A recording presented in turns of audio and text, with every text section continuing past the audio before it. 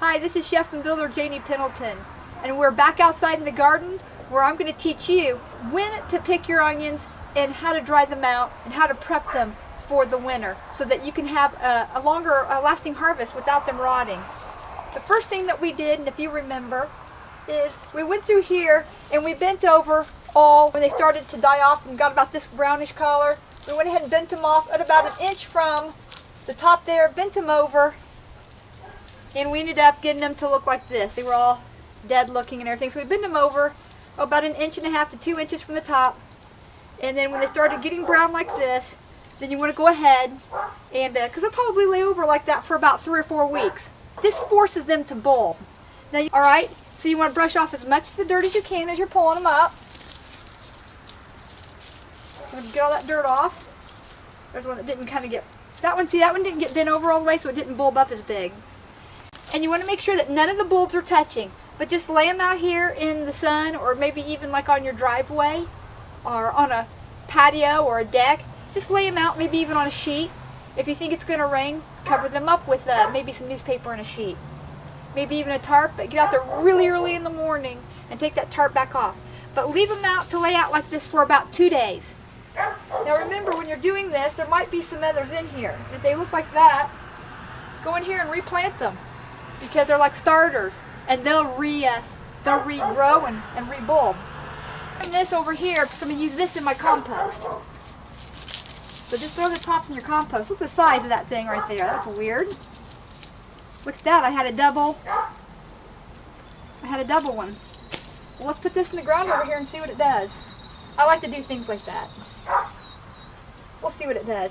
Now go through here and dig like this, because not all of them had tops on them. Here's another double. You have to excuse my neighbor's dog. It barks like this sometimes 6 to 8 hours a day.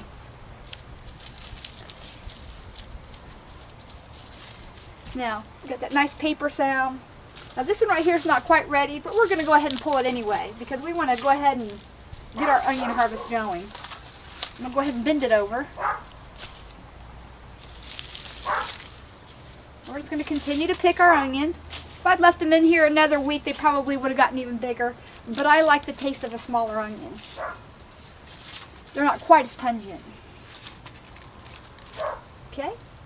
And we're just going to keep going like this. And we will be back when these have dried for 2 or 3 days out here without the rain hitting them in the sun. We'll kind of come out and I'll lay these on a sheet on the deck, and we'll just kind of roll them around a little bit.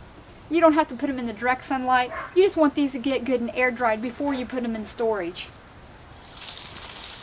You got a cool, dark basement, that's the best way to store an onion. Just lay out some newspaper or an old furniture blanket, maybe a folded up old sheet, and lay these across that. Anyway, I'm going to plant a fall crop right here. I'm going to plant some lettuce and some maybe some perennial asparagus or something here this year. So I got plans for this little spot. And remember, you can remember to rotate your crops and grow in the fall as well as in the spring and the summer, and really utilize your garden space, especially if you have a smaller garden space like this one. This is Chef and Builder Janie Pendleton. Thank you for subscribing, and for those who haven't, hit that subscribe button, because we'd love to have you with us as we go along on our homestead journey. Blessings.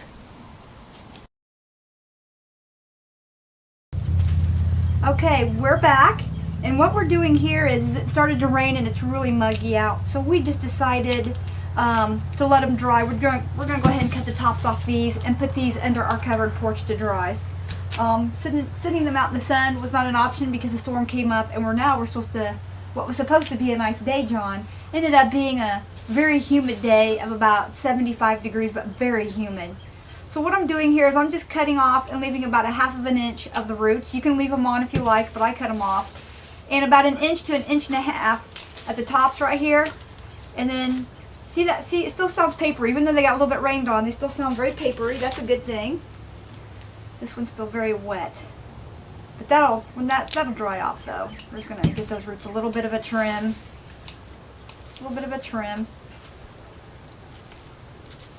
Again, about 1 inch from the top. and trim those roots. Now, what I'm going to do now is I'm going to set these up on my porch where it's covered. Like I said, it's still humid out. You could even put a fan. I might turn the ceiling fans on these. See if I can't get them to dry out here. But you want to sit them like this in a cool, dry place, you know, until they sound like paper, until you get that nice paper sound and they're dry. When you get them nice and dry, then you can put them in storage. My husband here, he's helping me today.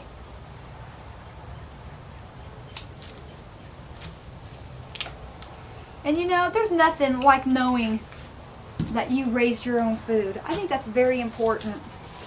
I mean, we have the right to be able to, you know, supply for ourselves.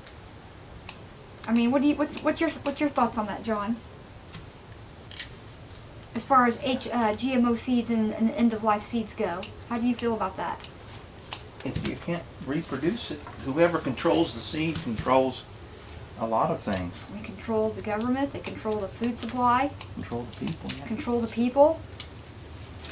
Yeah, even if you don't live on a homestead, your children really need to learn how to do these things. I think it's very important. I mean, even if you live on a top floor apartment, find a way to find some place to have a garden, or take them to visit gardens. There's butterfly gardens, there's flower gardens, there's parks, there's state parks. I just think spending time with your family and spending time in nature, I think it's very important to keep the dream alive. That's the American dream, is to have your own farm or homestead, or at least it used to be. Grow it in pots in the back, on your back porch. Yeah, grow it in pots, like John said, grow it in pots on your back porch. One of my most popular video on YouTube is how to build a pallet garden, a pallet planter. So I'll post that video right there. And herbs and everything. Yeah, you can grow herbs in it. You can grow flowers. You can probably even do some onion sets at the top, across the top. That would actually probably be really pretty. Chives. I mean, the possibilities we're finding out are just, they're near to endless. You know, God created things so that we would enjoy it. And it's our right to enjoy it. That's what He put us here for. And He likes watching us enjoy His creation. Yeah. Herbs are expensive. Yeah, and herbs are expensive at the store. Have you ever bought one of those little flat packs of cilantro at the store, or parsley? It's expensive. You can grow it and it comes back every year, and depending on where you live, a lot of things will come back every year. And now let's talk about perennial gardens as far as vegetables go. You know, things like asparagus will come up every year. So you can have some vegetables will come up, some lettuces will come up every year, depending on where you live. Farther south you live, the more actually you can probably plant as a perennial. Like I said, collect your own seeds, and we have a greenhouse. We can grow seeds, or even onion seeds in a greenhouse, and get our own set started for the garden. Oh, you already got that one. I'm sitting there trimming something you already got. And see, two people, we're enjoying some time together. I know it's hot and humid out. A cool, dark place. And these should last you, I mean, these should last you probably up to at least 6 to 9 months. And if you see a bad one, okay, if you get a bad one, or you think it could go bad, it feels soft, eat it quickly or pitch it and get rid of it. Throw it out in your compost pile, because and all these tops here that we got in here, all the tops, well, we can compost those. Or, I guess the chickens can eat them. They'll all have onion breath, won't they? Is that what they call pre-seasoning your chicken? Marinating your chicken? I guess that would be. Yeah. Okay, so that's it. So we're just going to spread them out. Make sure they're not really touching. And we're going to put a towel underneath here. This would be great in salsa. All kinds of things. This is exciting. I just love bringing these videos to you. And if you like them too, be sure and hit the subscribe button, because we love having you along, and we love listening to your comments and you asking questions. Pepper me with questions, that's fine. I'll try to answer them if I can. If I can't, I will tell you that I can't. Or to go somewhere to somebody else who can, I guess. But we'd love to have you along for the ride.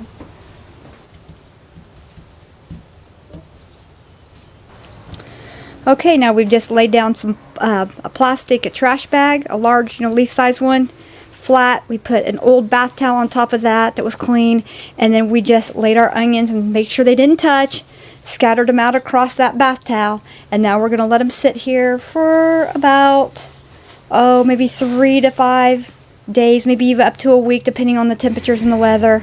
Okay, so our onions have dried for about a week. It took about a week, week and a half to get them to this stage. Here's one I forgot. And what we have here now is you can hear the paper sound. Hear that? When you hear that dry paper sound,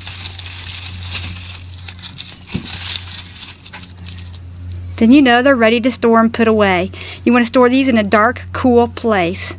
Oh, probably a temperature in a Fahrenheit, probably around maybe anywhere from 50 degrees, 55 degrees, and no hotter than probably 70 degrees, 75 degrees at the most.